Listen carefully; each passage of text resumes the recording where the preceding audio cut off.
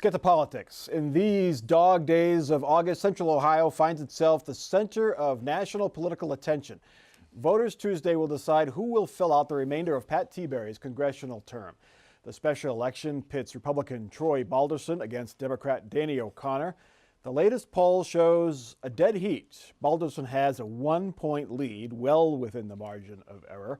In June, Balderson had a 10-point lead over Danny O'Connor. Bob Clegg, you're a Republican. You supported Troy Balderson early on.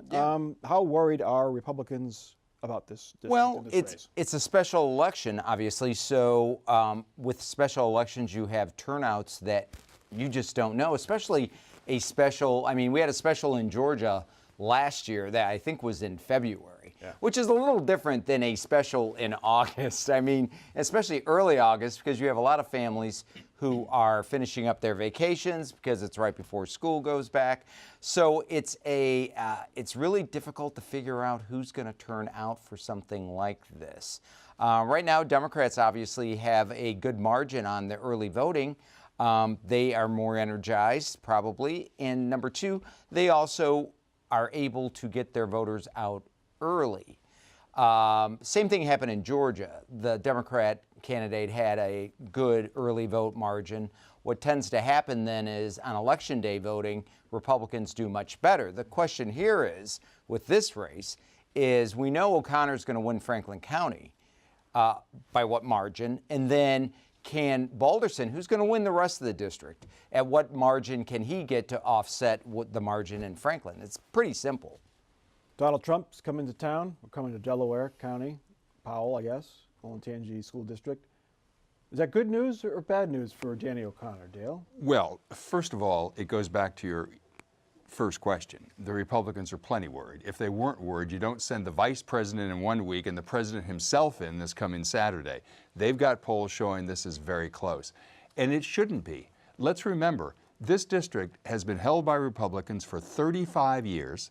They have a registration margin of 2-1 over the Democrats, and Trump won the district 2 years ago by 11 points. If Republicans have to fight this hard to hang on to a district like the 12th, that is very good news for those of us who are hoping the Democrats will take back the House this fall. This is very much a referendum on the president, and what we're also going to know when we see the results on this next Tuesday is how enthusiastic the Democrats are. I mean, if the Democrats win this race, it'll be astounding. All signs point to the Dems are really fired up.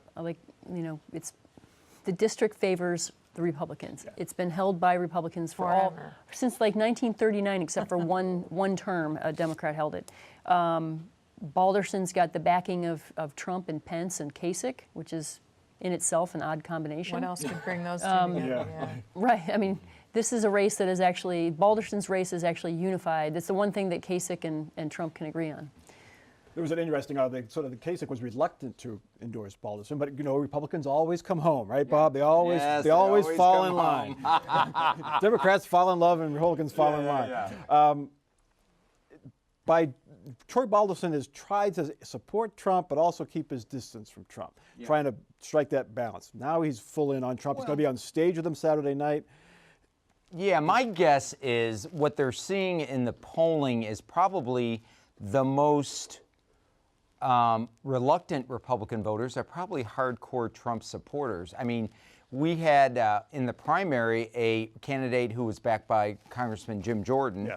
Melanie Lenihan, and those tended to be the hardcore Trump supporters. I think a lot of them were still mad. They're still licking their wounds from the primary, and I think they're bringing in the president to try to resolve that. Remember, though, the president won Delaware County in 2016 with only 55% of the vote. I say only 55% because Mitt Romney got 60% of the vote. So in some of these suburban counties, you had Trump supporting, but not at the levels that you maybe had seen in previous presidential elections. And I think Troy Balderson was aware of that, which is why you had, some of that early on for and then maybe not for so much. What is the big issue in this race? Is it Donald Trump, or is it Medicaid, Medicare? Is it taxes? Is it I think Kathy's right. It's a referendum on the Trump presidency, but I also think that you hear, like, if you watch the ads, they're each trying to portray the other side as bad for seniors, because Troy Balderson made comments at the Dispatch editorial board that he would consider increasing the eligibility age for Social Security and Medicare.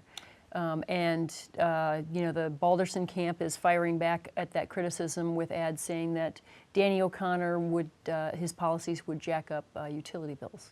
And Yes. Danny O'Connor's trying really hard to talk about being a peacemaker, working with both parties, returning a more civility. Why are you laughing? Returning civility to Congress. I mean, that's kind of been his big message, Well, I he's think. a Democrat running in a Republican district that doesn't want to say he's ever a Democrat. So, and that's going to be his problem. If by some chance he does get elected, he then has to vote. And this is where the Democrats have always had their problems with electing a Democrat in a Republican-leaning district, is that they then force their members to vote on things that come back to haunt them later on. And I Won't don't be know that how many you votes resolve between it. now and November anyway, probably. So midterm elections in the first year or the first 2 years after a president's been elected are always referenda on the president, always. That's why the party in the White House has failed to lose seats only twice in the last 150 years. It's always a referendum on the president. That's what's motivating the Democrats, certainly, in that there. In terms of O'Connor, you know, you have to know your district. We saw that with Connor Lamb in Pennsylvania, in the special election. We saw that in Alabama, where the Democrat won down there. But Bob, I don't think it's going to be so hard. You know, for a Democrat to tell people, even Republicans, he'd like to protect their Social Security, doesn't want to see the retirement age raised, I think that's going to have a lot of support, even in a district like that. All right, we'll find out. Tuesday is the day for the special election just for the 12th district.